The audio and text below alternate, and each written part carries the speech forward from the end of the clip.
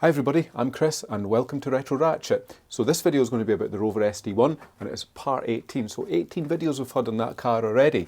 So here's what we're going to cover. Tailpipe swap, heater resistor swap. So this is quite an involved one. I just want to get the whole dashboard out for this, but I'll go into it in a bit more detail in the video. Rear windscreen was leaking, pedal rubbers, they were minging, and body side mouldings, we cleaned them up and fitted them. Some of you Eagle Eye subscribers might actually notice that you've seen the car with a lot of these things done. Well, that was because I forgot to air the footage of this one and I actually found all the files. So I thought rather than just delete them, let's actually get a little bit more content and show you how we got to where it is just now. So hope you all enjoy it.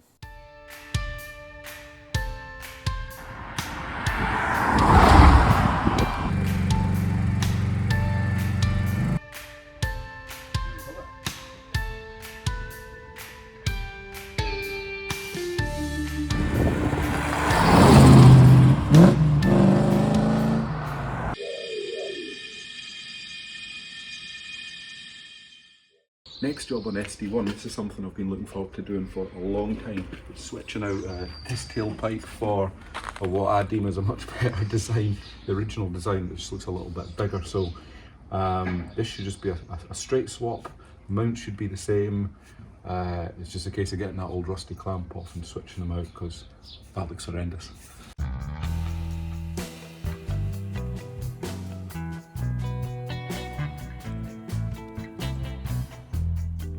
So this looks well and truly seized on here, so this is just going to be a case of keeping on hammering it and putting in some oil onto it, and hopefully it will release without too much bother.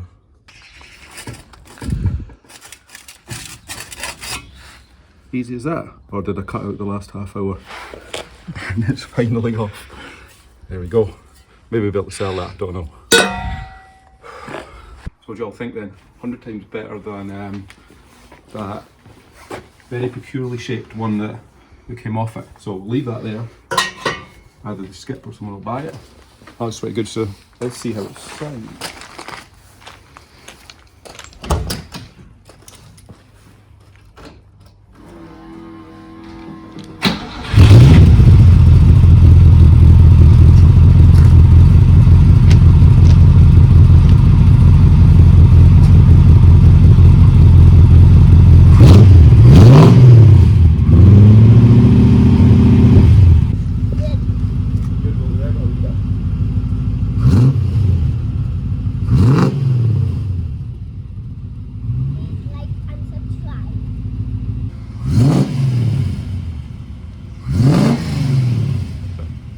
Yeah, well that sounded pretty good. We've definitely got the thumbs up there.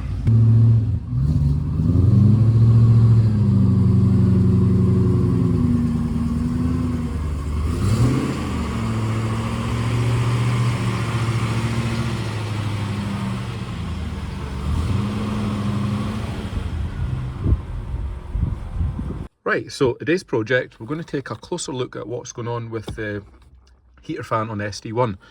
So you see here, it just springs back. Now, when the ignition is on, fan speed 2 works, 1 doesn't really work. So, I mean, it could be something like a resistor, but I think this control lever has a fault anyway, regardless of what's going on electronically, because that just doesn't stay in position. So, take this center console out and try and get a closer look at the levers as they go up and under the dash. I guess it's probably not going to be such a pleasant job, but we'll see how we get on. Right, now we've got the center console out. I'd actually forgotten how to do that.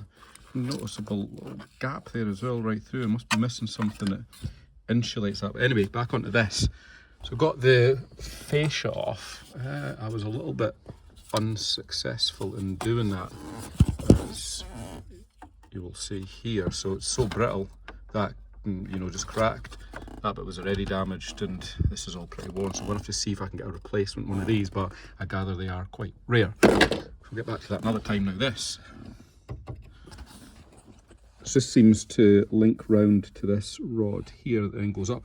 What I've been doing is I've just been working it loose. That seemed to be stiff and jammed up the other end. I've literally just been using my hand to pull that down, and now it seems to be a little bit happier when you use it. But I think we'll go right through that mechanism, see if we've got any access in the engine bay of that flap. I don't know, we'll have a wee look at that next. Like I said, lubricate everything and then start having a look at this wiring down here, which is obviously what controls the electrical side of it. Okay, welcome to the bomb site that is the SD1.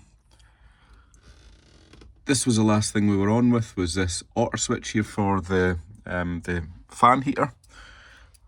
I've now managed to source a replacement one, so that there, remanufactured original spec one. So that's going to be perfect. So that's going to have to be soldered in there and then riveted or attached on like the previous one, and then that put back in. It fits just down the back there, and then get the rest of this interior back together. Right, there we have it. So that's fitted there. It was a wee bit of a faff on, and it isn't the tidiest of soldering jobs, just given I was trying to hold about 4 things at once. But anyway, that's what I've done is actually put some solder underneath the wires, and then joined them on that way, so it should be fine. And then I've bolted that on there. I've used tiny little bolts, 3mm bolts instead of rivets, so that should be good to go back on now.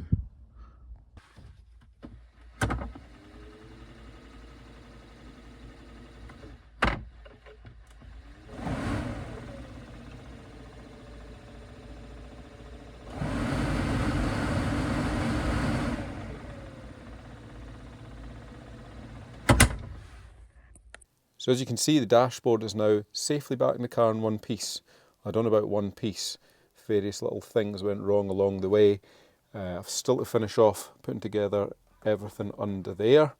But that's fine, it's going to be a work in progress. And the fan works properly now, and it stays over in the setting position. So how good is that? We have a functioning fan. We are definitely getting there with these jobs. Next job, get rid of these horrible pedals. I've hated them from the first day that I've had the car.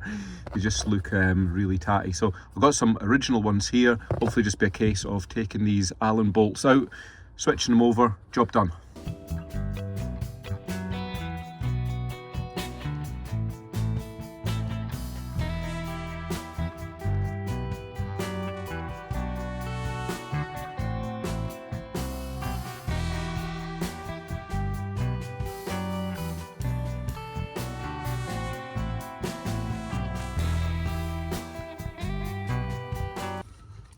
Going to give some of this 303 protectant a go on it, see if it brings these rubbers up.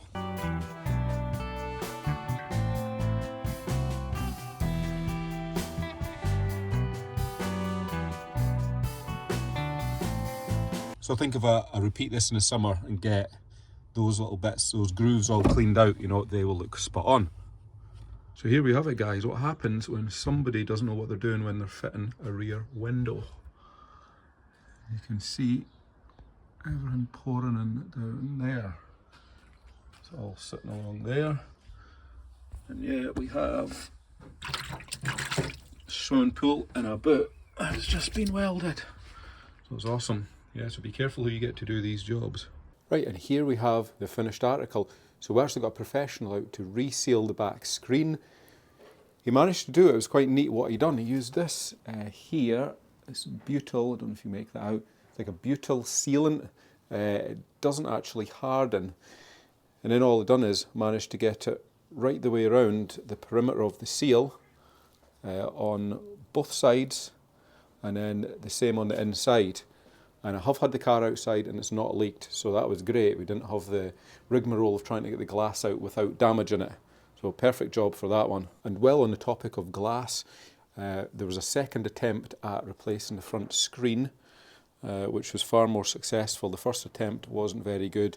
The trims weren't even held on, so the company that done it, I requested they came back out and done it again.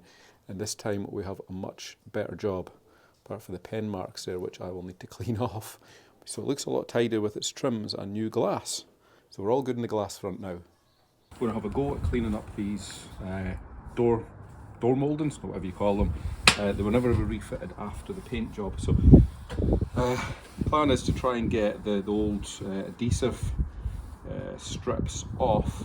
These look like they've been cut off with, or maybe use one of these to get them off the car. So heat gun, wallpaper stripper, and hopefully it shouldn't take too long.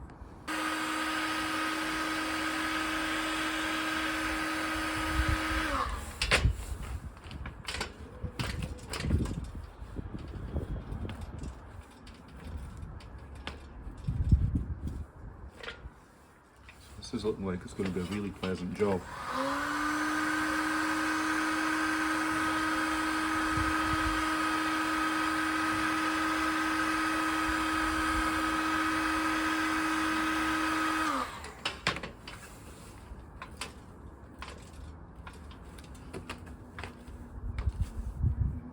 Yeah, this stuff does not want to come off. Hopefully the 3M that I bought to put this back on will be equally as sticky and resilient to being pulled off as this stuff. I don't know if this is maybe the original, or who knows. Stick in the comments if you've done this miserable job before. As you'll see from a previous video, that's those side mouldings fitted. We've still got to restore those silver inserts. That's a job for another day.